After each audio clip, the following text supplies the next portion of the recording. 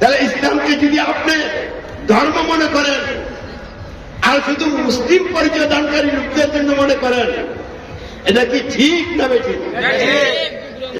আল্লাহর কথার বিপরীত যে রায় দিবে, যে ফয়সালা দিবে, সে মিথ্যা রব হয়ে যাবে।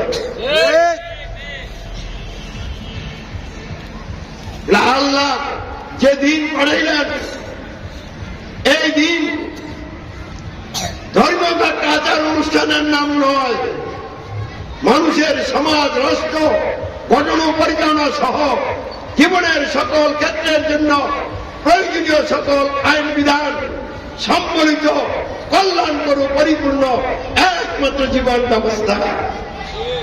তাই ইসলাম কি, এই কথা যদি আমাকে আপনাকে কেউ জিজ্ঞাসা করে, এর উত্তরে স্পষ্টভাবে বলতে হবে, মানব জাতি সমাজ ও রাষ্ট্র সহ সমগ্র জীবন গঠন এবং পরিচালনা করার জন্য সার্বভৌম ক্ষমতার একমাত্র মালিক সৃষ্টিকর্তা আল্লাহর দেওয়া প্রয়োজনীয় সকল আইন বিধান সম্বলিত কল্যাণকর ও পরিপূর্ণ একমাত্র জীবন ব্যবস্থাই হচ্ছে ইসলাম।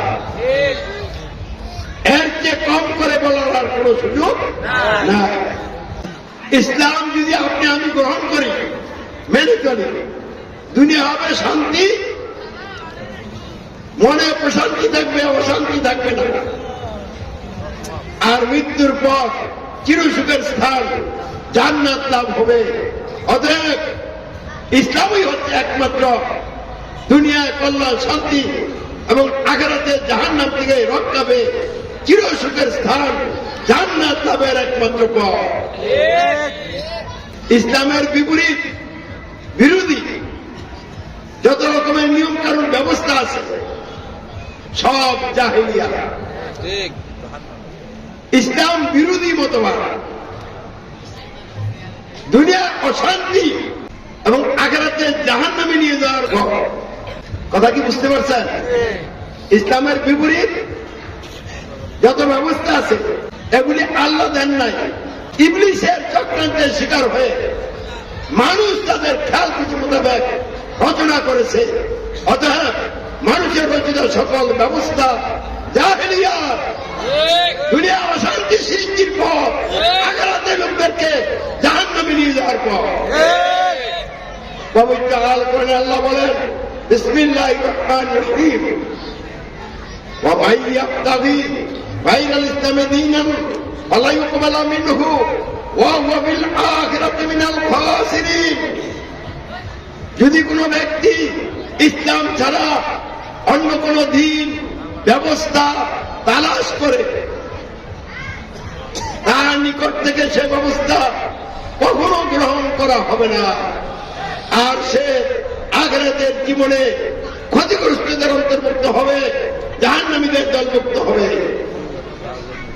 দেখে আমি বলছি, আল্লাহ বলছেন। গণতন্ত্রকে আল্লাহ দিয়েছেন না মানুষ রচনা করেছে? রাজতন্ত্র, সমাজতন্ত্র, সামরিকতন্ত্র, একনায়কতন্ত্র, ফাঁসিবাদ, এরকম যত তন্ত্রমন্ত্র আছে একটাও তো আল্লাহ দেন নাই, মানুষ রচনা করেছে। আল্লাহর ঘোষণা কি? ইসলাম ছাড়া অন্য কোন ব্যবস্থা তালাশ করবে। তার মানে কি? মানব রচিত কোন ব্যবস্থা যদি কেউ তালাশ করে তাহলে তার ঠিকানা কোথায় হবে? জাহান্নামে। তালাশ করলেই জাহান্নাম হবে, গ্রহণ করলে কি হবে বন্ধুরা বলে? তাহলে মানবরচিত ব্যবস্থা গ্রহণ করলে জাহান্নাম যে ঠিকানা হবে এতে আর বিন্দু পরিমাণ সন্দেহ না। তাহলে গণতন্ত্র গ্রহণ করলে সুজা জাহান্নাম হবে। রাজতন্ত্র গ্রহণ করলে, সমাজতন্ত্র গ্রহণ করলে, স্বৈরতন্ত্র গ্রহণ করলে, একনায়কতন্ত্র গ্রহণ করলে, যে কোনো মানব রচিত ব্যবস্থা গ্রহণ করলে ওই মানব রচিত ব্যবস্থা দুনিয়ায় মানুষের জীবনে সৃষ্টি করবে অশান্তি আর লোকদেরকে নিয়ে যাবে জাহান্নামে। অতএব গণতন্ত্র সহ মানব রচিত সকল ব্যবস্থা জাহান্নামের পথ, আর ইসলাম হচ্ছে জান্নাতের পথ। বন্ধুরা আমার, আল্লাহ রাব্বুল আলামিন তার পক্ষ থেকে গোটা মানব জাতির কল্যাণের জন্য, দুনিয়ায় সুখে শান্তিতে শান্তিপূর্ণভাবে বসবাস করার জন্য, মানুষের জীবনে সুশাসন এবং ন্যায় বিচার প্রতিষ্ঠার মাধ্যমে সকলের সকল ন্যায্য অধিকার আদায় এবং সংরক্ষণের জন্য, আর আখিরাতে জাহান্নামকে রক্ষা করে জান্নাতে নিয়ে যাওয়ার জন্য মানুষকে ভালোবেসে কল্যাণকর ব্যবস্থা ইসলাম প্রদান করলেন। এই ইসলাম গ্রহণ না করে কেউ জান্নাতে যেতে পারবেন না। ইসলাম গ্রহণ করতে হইলে কিভাবে গ্রহণ করবেন? আমাদের বাপ মুসলমান, দাদা মুসলমান, আমরাও মুসলমান, এই বিশ্বাস আনলে আপনি মুসলমান হবেন। যদি এই বিশ্বাস আনলেই মুসলিম হন, তাহলে সব মানুষ আদি পিতা আদম এবং আদিমাতা হওয়ার সন্তান, তারা দুইজন ছিলেন মুসলিম।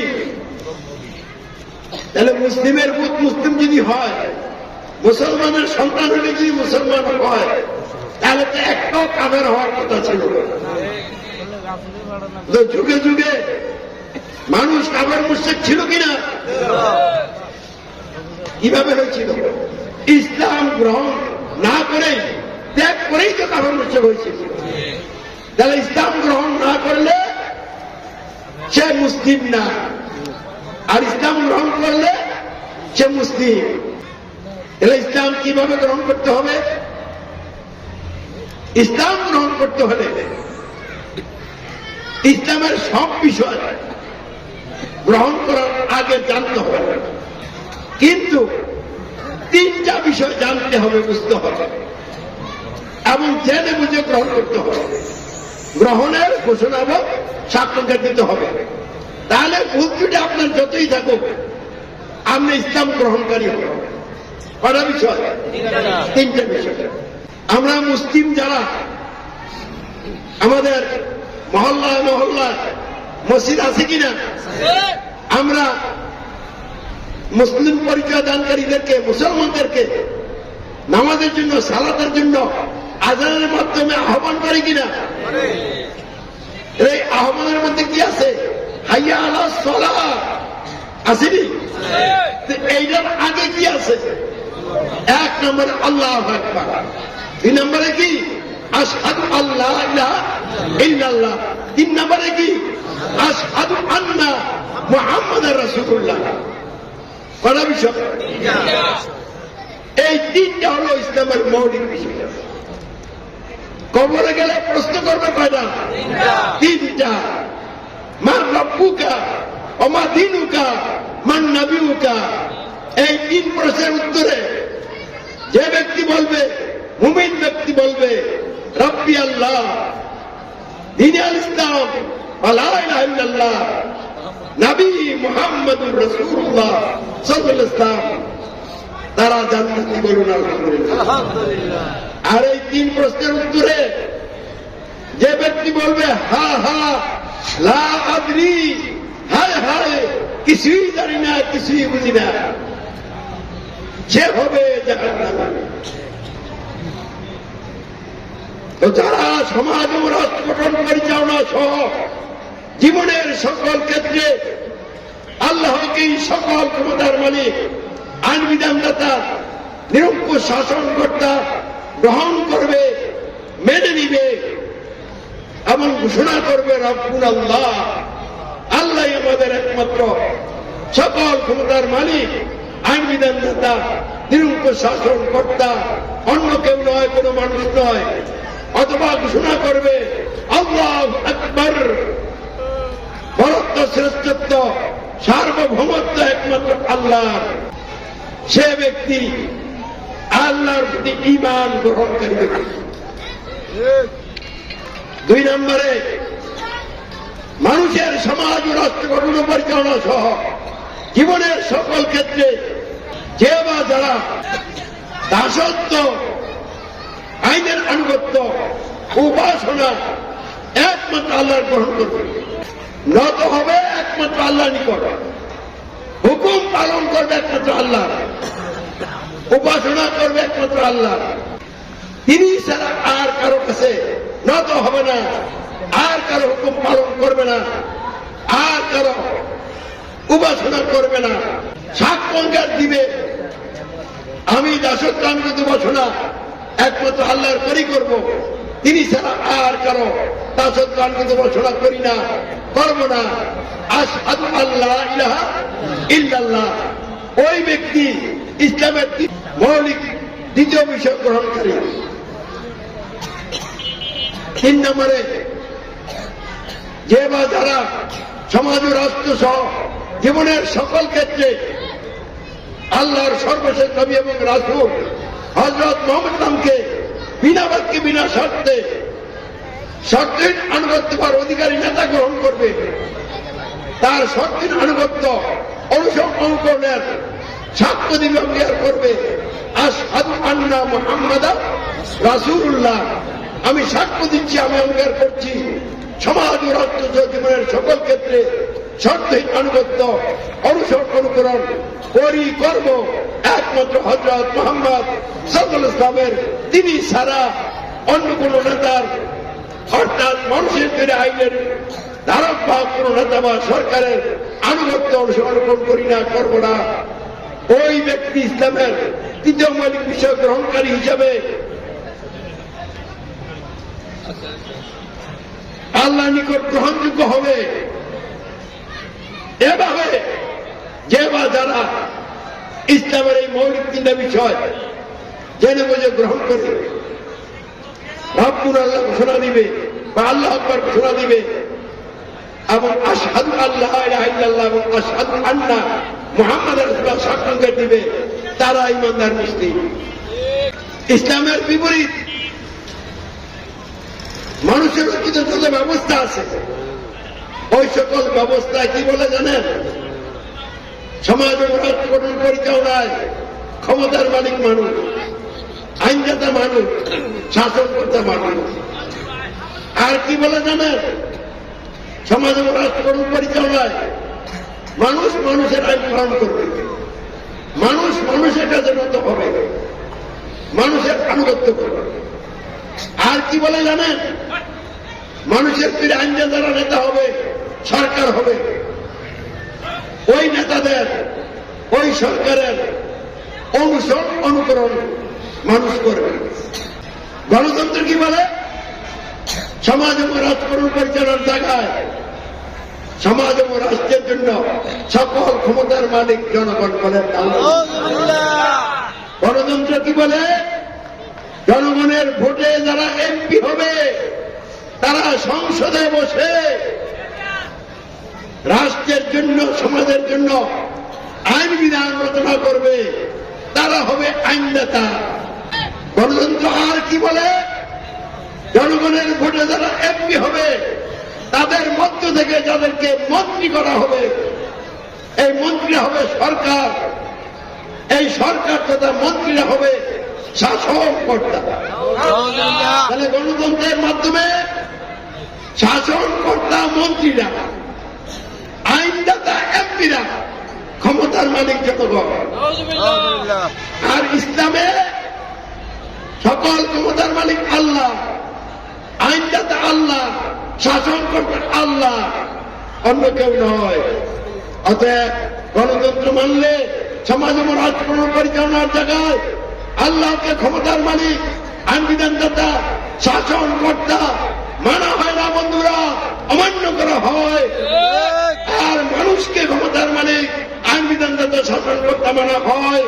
অতএব সমাজ এবং রাষ্ট্রের জায়গায় গণতন্ত্রের মাধ্যমে আল্লাহকে সকল ক্ষমতার মালিক, আইন বিধানদাতা, নিরঙ্কুশ শাসনকর্তা না মেনে অমান্য করে মহান রবের সাথে কুফরি করা হয়েছে।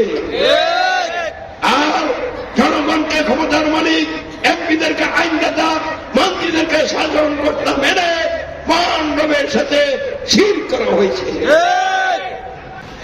এই গণতন্ত্রের মাধ্যমে সমাজ এবং রাষ্ট্রের জন্য যে সংবিধান রচনা করা হয়েছে, যেই সংবিধানের আইন দিয়ে অবৈধ আদালত চলছে, মানুষ ওই সংবিধানের আইনগুলি বাস্তব জীবনে পালন করে আল্লাহর পরিবর্তে মানুষের দাসত্ব করছে। আল্লাহর আইনে আনুগত্যের পরিবর্তে মানুষের আইনে আনুগত্য করছে। ফলে আল্লাহকে ইলাহ বাদ দিয়া মানুষকে ইলাহ গ্রহণ করা হয়েছে। লা ইলাহা ইল্লাল্লাহ শূন্য হয়ে গেছে। বাংলাদেশের মানুষ সমাজ ও রাষ্ট্র পরিচালনায় গণতন্ত্র গ্রহণ করে গণতন্ত্রের ভিত্তিতে রচিত আল কোরআন বিধি সংবিধানের আইন বিধান পালনের মাধ্যমে আল্লাহর দাসত্ব তার আইনে আনুগত্যের পরিবর্তে মানুষের দাসত্ব মানুষের আইনে আনুগত্য করে মহান রবের ইবাদতের সাথে কুফর এবং শিরকে লিপ্ত হয়েছে। কথা কি বুঝতে পারছেন? আল্লাহর দাসত্ব তার আইনে আনুগত্য না করার নাম হচ্ছে আল্লাহর ইবাদতের সাথে কুফরি। আর মানুষের আইন পালনের মাধ্যমে মানুষের দাসত্ব করাকে বলা হচ্ছে আল্লাহর ইবাদতের সাথে শিরক। তারপরে এই গণতন্ত্রের মাধ্যমে গণতান্ত্রিক সরকার, যেই সরকার কোরআন বিরোধী সংবিধান মেনে কোরআন বিরোধী সংবিধানের অধীনে থেকে কোরআন বিরোধী আইন দিয়ে সমাজ এবং রাষ্ট্রের নেতৃত্ব দিচ্ছে, ওই নেতা বা সরকারের আনুগত্য অনুকরণ করা হচ্ছে।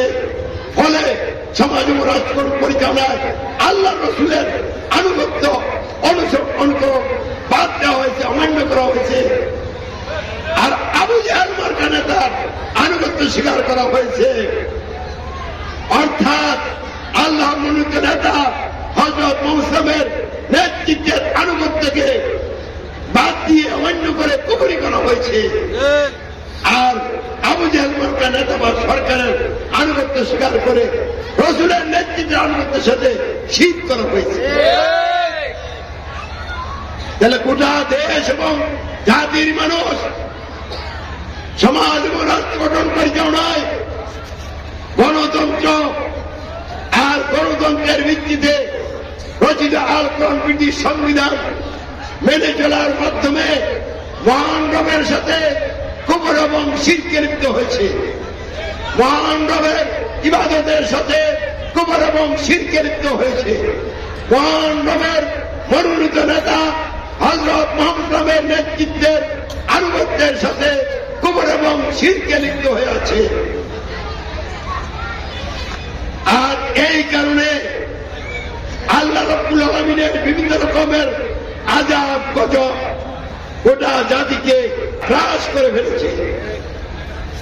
সূরা আনামের 65 নম্বর আয়াতে আল্লাহ বলেন শিরকারীদের ব্যাপারে আল্লাহ মহান রব সক্ষম তোমাদের উপরের দিক থেকে আযাব গজব নাজিল করবেন, তোমাদের পায়ের তলদেশ থেকে তোমাদের উপরে আযাব গজব নাজিল করবেন এবং তোমাদেরকে বিভিন্ন দলে বিভক্ত করে এক দলকে আরেক দলের সাথে সংঘাত এবং সংঘর্ষ লাগিয়ে শিরকের স্বাদ আস্বাদন করাবে। তাহলে আমাদের বাংলাদেশে উপরের দিক থেকে আযাব আছে না নাই? আর তলদেশ থেকে আযাব আছে না নাই? বিভিন্ন দল আর উপদলের সংঘাত এবং সংঘর্ষের আযাব গজব আছে না নাই? তাহলে আযাব গজবের মধ্যে আমাদেরকে নিমজ্জিত করেছে কোন বিষয়? গণতন্ত্র আর গণতন্ত্রের ভিত্তিতে রচিত আল কোরআন বিরোধী সংবিধান।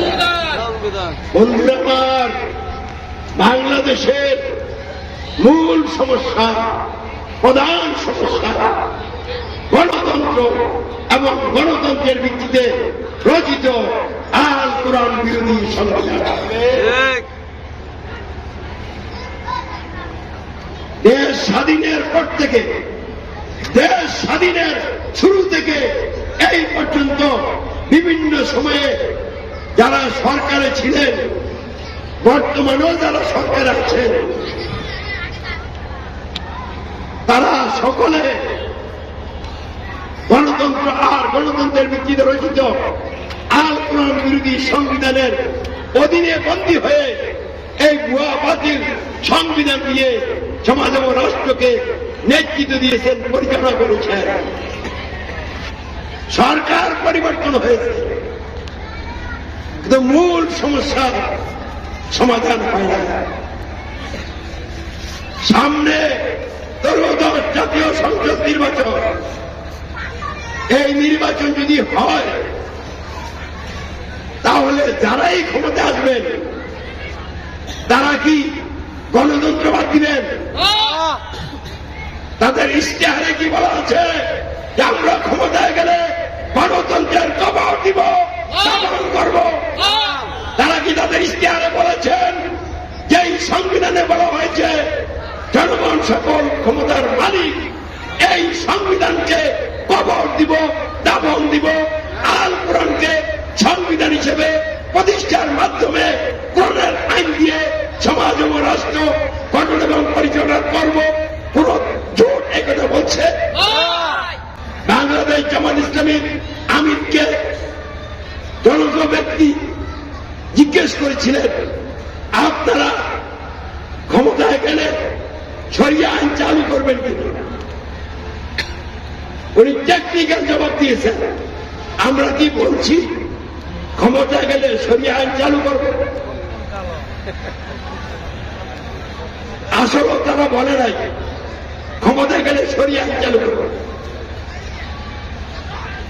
তারা আমেরিকার সাথে লিয়াজু করে বিশ্বের বিভিন্ন রাষ্ট্রের সাথে তারা লিয়াজু করে সকলের মন মানসিকতাকে সামনে রেখে জনগণ কি চায় এইসব চিন্তা করে তারা প্রচলিত সংবিধান দিয়ে রাষ্ট্র চালাবেন।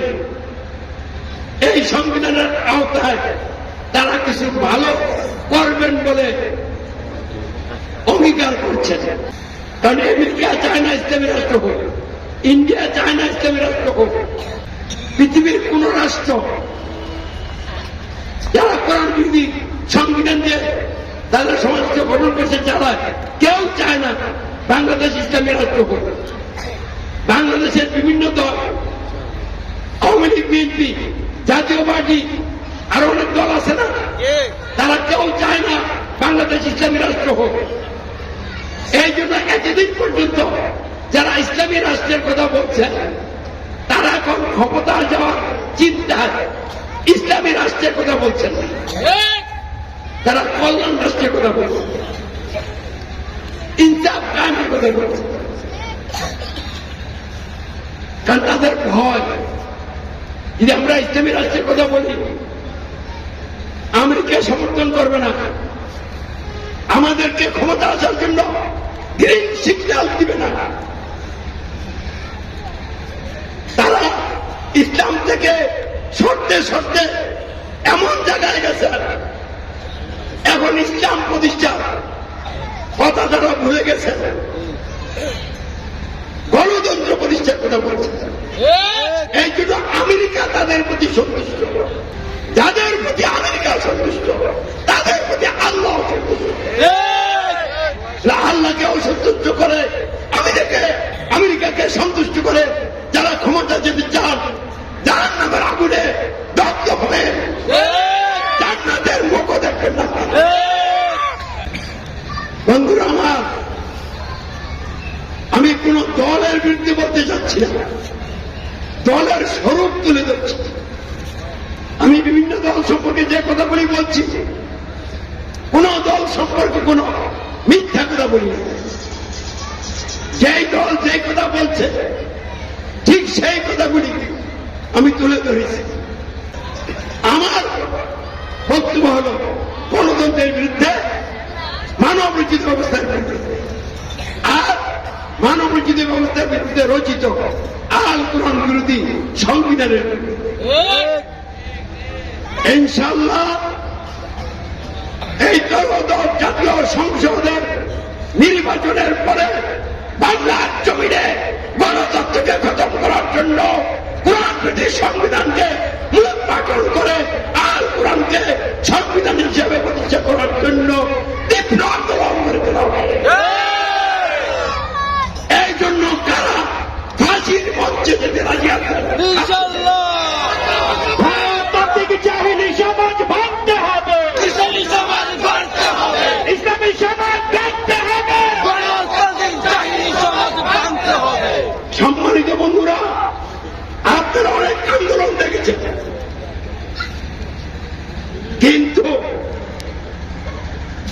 কায়দাতকে হটায় ইসলামের বিজয় নিশান কোরআনের শান্তিপূর্ণ আন্দোলন দেখেন না। এবার সেই আন্দোলন দেখবেন ইনশাআল্লাহ। আমরা রাজপথে আসি এবং থাকবো। আমরা আল্লাহকেই ভয় করি, আর কাউকে ভয় করি না। যারা মুখে বলেন আল্লাহকে ভয় করি, আর কাউকে ভয় করি না, যদি আল্লাহকে ভয় করেন তাহলে গণতন্ত্র মানবেন না।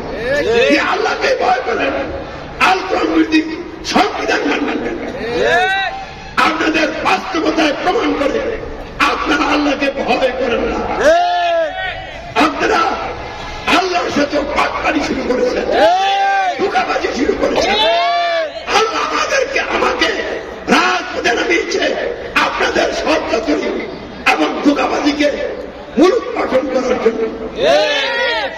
আমার সাথে সব আল্লাহ রাব্বুল আলামিন আছেন, আমার সাথে অগণিত অসংখ্য আল্লাহর ফেরেশতারা আছে, আমার সাথে চন্দ্র সূর্য গ্রহ নক্ষত্র এবং সমগ্র সৃষ্টি জগৎ আছে।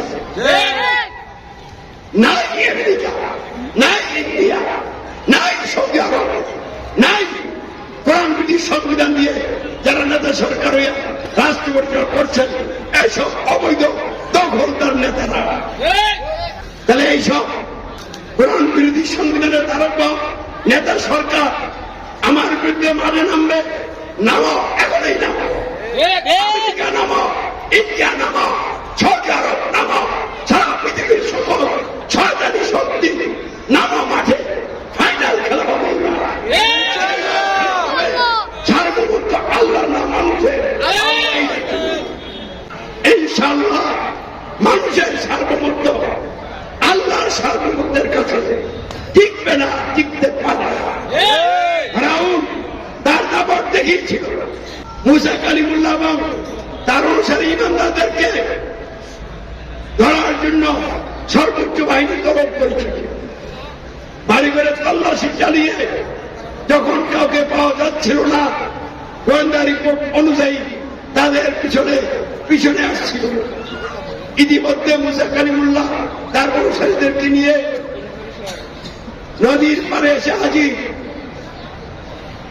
সামনে নদী, পিছনে ফেরাউন বাহিনী। ফেরাউন তার সর্বোচ্চ বাহিনীকে অস্ত্র শস্ত্রে সুসজ্জিত করে আগুয়ান হয়ে মুসা কালিমুল্লাহ এবং তার সঙ্গী সাথী ইমানদারদেরকে ধরার জন্য খা খা করে আসতেছে। এমন অবস্থায় মুসা কালিমুল্লাহ অনুসারী ইমানদার ভাই বোনেরা বলেই যাচ্ছে, এখন যাবো কোথায়? মুসা কালিমুল্লাহ বললেন, আমার রব অবশ্যই আমাকে পথ দেখাবে। সারাদিন সাথে মহান রবের পক্ষ থেকে অর্ডার হয়ে গেল, হে মুসা, আপনি আপনার লাঠি দিয়ে পানিতে আঘাত করুন। তিনি পানিতে আঘাত করলেন, পানি পাহাড়ের মতো দাঁড়িয়ে গেল, মাঝখান দিয়ে শুকনো রাস্তা তৈরি হয়ে গেল। সেই রাস্তা দিয়া মুসা কালিমুল্লাহ তার বংশের থেকে নিয়ে নদী পার হয়ে পরে চলে গেলেন।